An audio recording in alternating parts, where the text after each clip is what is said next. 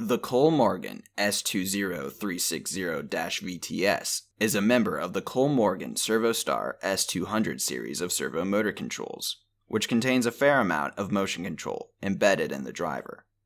This motor control came in as a rush repair and had a dead power supply. After a quick rebuild and repair, we were able to test the output with a linear load and use the feedback from one of our motors, as we did not have a motor with the exact characteristics for this driver. The driver commutated without problem, and we also monitored the drive using the Kollmorgen Software suite for this driver.